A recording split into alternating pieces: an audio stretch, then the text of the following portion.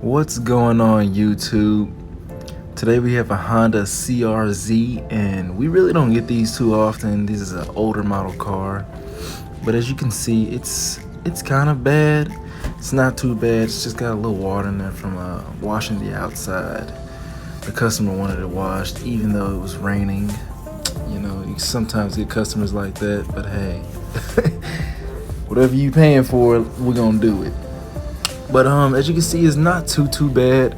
They had just bought this from quote I'm gonna quote them for this, but a country hillbilly. So there's a lot of dust in the vents right there. As you can see, there's dust on the dash, the steering wheel, and you know, just hard to reach places that you wouldn't be able to get if you would just take it to your regular car wash up the street, your do-it-yourself car wash up the street, or if you just, you know, kind of washed your car and kind of detailed it as you were selling it. So the customer decided to, you know, call us up and, you know, get a quote and bring it in.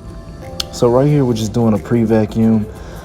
I really don't pre-vacuum most of my cars, but I feel that sometimes a pre-vacuum is kind of needed, especially if you're getting these dirty, super dirty cars that are just trashed, where you got to take out a lot of stuff. As you can see, I'm throwing things on the seat right here that's on the car. It didn't happen for that long, but a pre-vacuum is definitely needed sometimes, especially if you're dealing with these dusty cars. And you can see the floors right here are covered in like just dirt.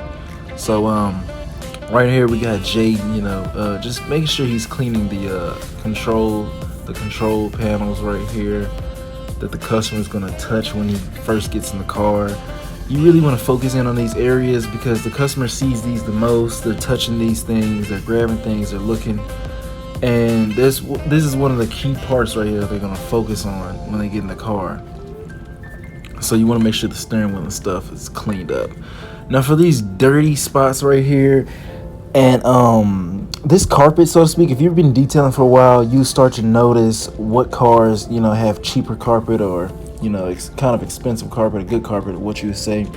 This carpet right here is very low fiber, and by that I mean it is super low. So you see that the dirt spot right there just below the plastic black kind of built-in floor mat that has, that is a dirt spot, but it's also carpet missing. So it's down to, you know, the bottom of the carpet. So it looks like a huge dirt stain, but it's actually way past the carpet.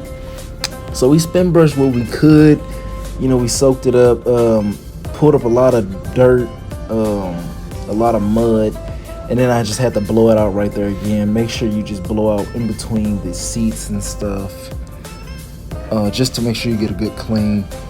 And right here I'm just using the air compressor. Now a lot of people ask me, you know, what's the key thing in any detail, and honestly I would have to say the air compressor. It saves you a lot of time. Yeah, it just saves you a lot of time, to be honest, because you can blow out literally anything. We've had dirt, and you know, in the speakers right here, we use the air compressor right there to blow out all the dirt, where you wouldn't have to, you know, have to pull out a toothpick and spend hours doing this. And so the air compressor is a major key player in any detail that I think goes on. You can use a steamer, that's always good, but you always need something to like blow it out or anything like that. So right here we're working on the back. In this car, you know, the CRZ, it doesn't have a back seat, so what we do is just spray down these, and it's a tight area right there by the cup holder. You'll see me here in just a second. I just reached over to grab like a toothbrush type of tool. It's always good to have these toothbrush type tools on hand. And speaking of tools, in the description I will drop some links, you know, that you guys can come grab some of these tools we're using. Especially like the headlights, it's a key factor. We have LED lights in the shop, but you know, just certain angles of a car, or like you can just tell from this video that these lights are super bright. I forgot how many lumens they have in them, but these lights are perfect. Even though we're getting all the lights right here, from the, you know, the shop lights. You can never have too many lights on at the same time while you're detailing a car or cleaning a car, whatever project you got working on. You can never have too many lights on so you can see. I have 20/20 vision, but you know, it just helps. And so right here we're just vacuuming, we're cleaning up. We kind of have a strategy. We go into details with. We start in the front, we move our way to the back. If there's 3 of us working on a car, somebody might just be knocking out the trunk while we start on the front, move our way to the back. It just works out best that way. And also having a partner when you're detailing is clutch too. You know, that definitely saves you time. That is probably, if not, you know, number one before the air compressor in the detail game, then hey, I don't know what it is.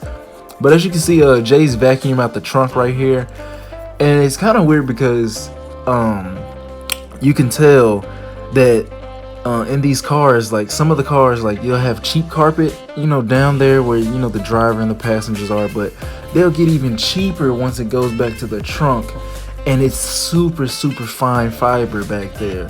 So you have to literally pry out what you can out of the carpet, even if we're using these wire brushes, and these wire brushes will be in the link below. These are major keys in the detail too once you're dealing with these low fiber carpets. And they had a cheap carpet right here, but when they moved to this part that kind of lifts up, where it's kind of like a little seat area in the back of them, not really, but it was a cheaper carpet, and there was a ton of dog hair right here. So I already know right off the bat that when they bought this car, the previous owner probably took out the mat that was in the trunk, and they just tried to vacuum it out, but they didn't get it as well. So Jay's right here is using a pet stone. If you guys don't know about the pet stone, it grabs a lot of dog hair up.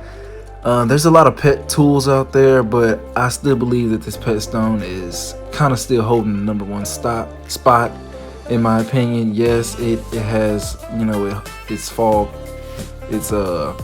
downfall because it's so bulky and, you know, hard, and if you bump it up against plastic or anything, you can scratch it. But in my opinion, if you're trying to get the bulk of it up, the pet stone is a way to go. I will link some more pet tools in the description for you guys, as well as the wire brush. And so right here we're just finishing up, and then we're gonna throw some finishing touches on this. These type of details, you know, when they're older, you really can't do too much, so that's when you want to try to make things pop. And by pop, I mean, you know, we throw some shiner on the plastic and the leather and make it shine up real good. And as you can see right here, we have the finished products. Everything's cleaned, looking crisp. No more dust, no more dirt, debris hiding in the cracks or the crevices of the gear of the manual stick. The back of it is nice, shiny. The trunk is all vacuumed out. There's no more dog hair, no more dust in the vents. And once I brought it out to the customer, they were super happy about it. They were super excited that they have a new car to them. So if you guys like this video, give it a thumbs up. We will be making more videos and dropping more videos each and every week. So we'll see you on the next one. All right, have a good weekend.